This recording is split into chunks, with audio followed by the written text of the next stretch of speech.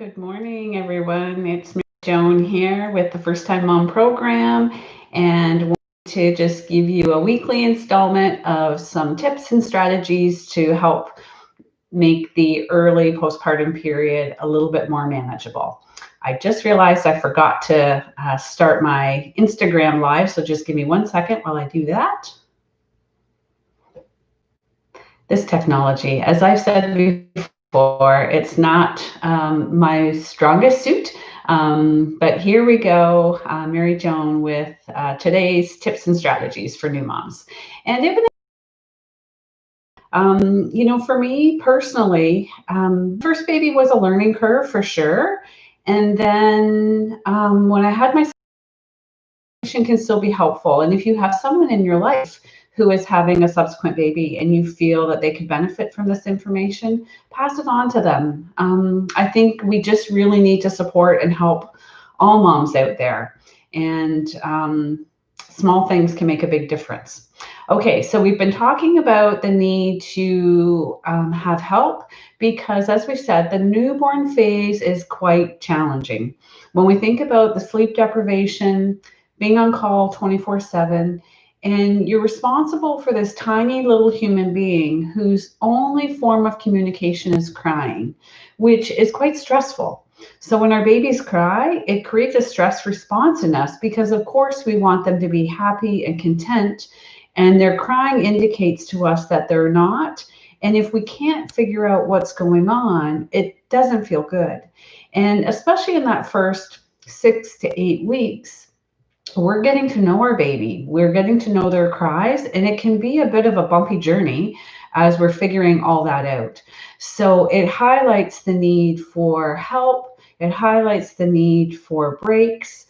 And today I want to give you a really concrete tool that you can actually use. So it's a very clear step-by-step plan of how to take breaks, how to create a plan for them, and then it's just a matter of following the plan. So if you head over to my website, which is www.firsttimemom.ca, there is a free PDF that you can download. And that PDF is called The #1 Survival Strategy That New Moms Need to Start Using Today. And in that PDF, you're going to have a very clear step-by-step guide of how to ask for help and then how to use those breaks to your best advantage. And the one thing that's really laid out very clearly in the guide is to make a plan. So I'm going to take you through this. And it's, again, it might be uncomfortable if this is hard for you to ask for help.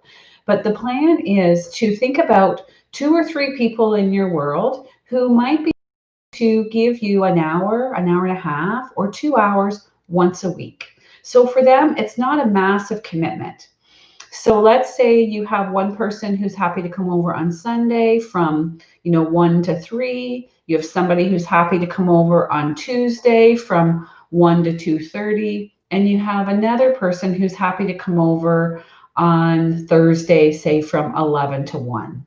So what you do is you ask them if they're able to come that one time a week, and if they'd be able to do that for the next month or so.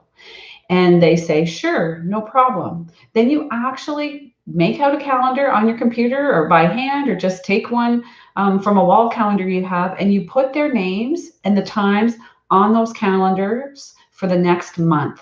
Then you take that sheet and you put it on your refrigerator. So you've got this visual reminder that over the next month, you have 2 or 3 people who are coming just once a week for them. So it's not a big commitment for them, but you have predictable, scheduled help that's coming. And you have that on your fridge to remind you that help is on the way.